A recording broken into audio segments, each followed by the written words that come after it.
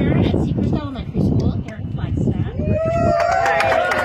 I've been in education for 29 years now, and I'm also your MC for today's event. I want to thank you guys for all coming and supporting public education. We're going to be here for about the next 20 to 30 minutes to learn about a historic opportunity our state has to invest in public schools.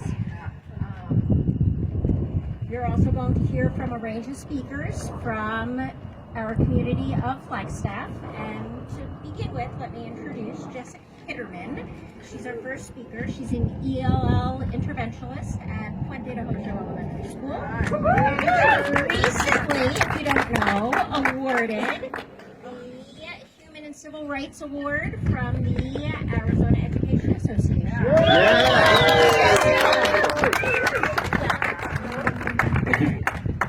Hello, welcome, and thank you for attending today's event and showing your support for public schools. We really need you all, and thank you for coming. Hola, bienvenidos y gracias por acompañarnos en este evento y por mostrar su apoyo para nuestras escuelas públicas. No estamos en el Capitolio estatal, pero estamos aquí en Flagstaff exigiendo acción para financiar nuestras escuelas públicas. We aren't at the Capitol today, but we're here in Flagstaff demanding action to invest in our students, our educators, and our community and our future. We have a historic opportunity to invest in public education right now. All across the state today, supporters of public education are coming together to demand that the state legislature and governor pass the state budget for the 2023. That includes $1.7 billion in budget priorities, as outlined in the Arizona Education Association's educators' budget. This can be accomplished by using the more than $5.3 billion in budget surplus that the state of Arizona has. This is what some people call the rainy day fund. Arizona has $5.3 billion in a bank account sitting there, not being used, and without a plan on how to invest these dollars in Arizona. It is time to pay the long overdue bill of Arizona's public education system that our schools have been asking to be paid for more than 2 decades. Schools, we can no longer wait. It is always raining in Arizona on our public schools.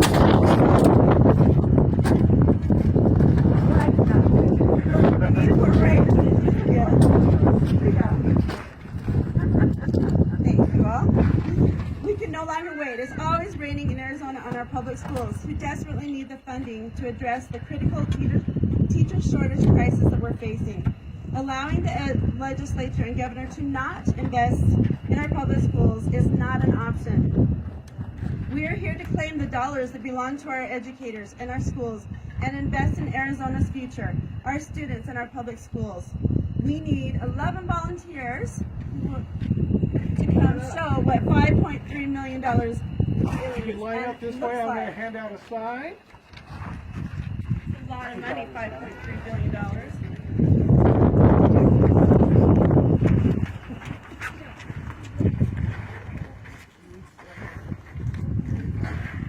It's a big number. Wow, keep going.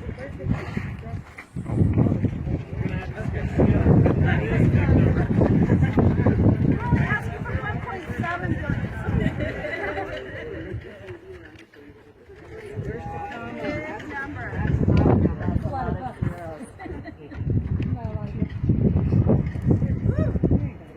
Big number. I think they can give us $1.7. Just don't check them.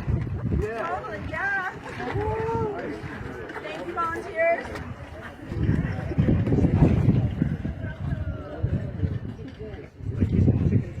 All right, thank you. And let's get our schools funded. Arizona legislature, listen to us. Thank you.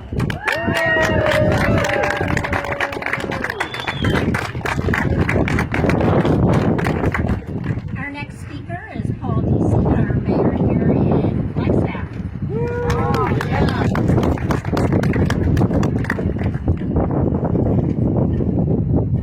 Thank you everyone for being here. We all know teacher funding and inflation-adjusted pay continue to head in the wrong direction since 2008. Meanwhile, we expect even more from our educators. Not just teachers anymore, but counselors, nurses, IT tech support, and security guards. All while not even entrusting our teachers to set their own curriculum and choose their own books. I'm proud of the Flagstaff Education Association and the AEA for taking on yet another job duty to protect and fight for our children's education through pushing for unionization. Yeah. Our teachers and students deserve no less. And with the work being done at Northern Arizona University to provide free tuition to freshmen from lower income households. And the city of Flagstaff providing record levels of STEM and early childhood education funding. We are seeing Flagstaff educators and institutions stepping up to the plate, displaying our values of prioritizing education. It's time for some other institutions to step up as well. Yeah. Our state legislature, our governor's office. We've been filling their negligence with our responsibility and our dedication overwhelmingly to students and educators. Going from $1 billion in the state's rainy day fund in 2020 to now a budget surplus of $5.3 billion today. We got the funding, folks. Yeah.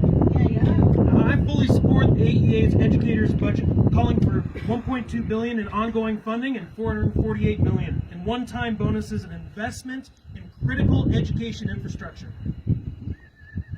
We need all levels of education, cradle to grave funding. Do you know that Florida actually has free pre-K education? Florida! Home of Florida Man! Free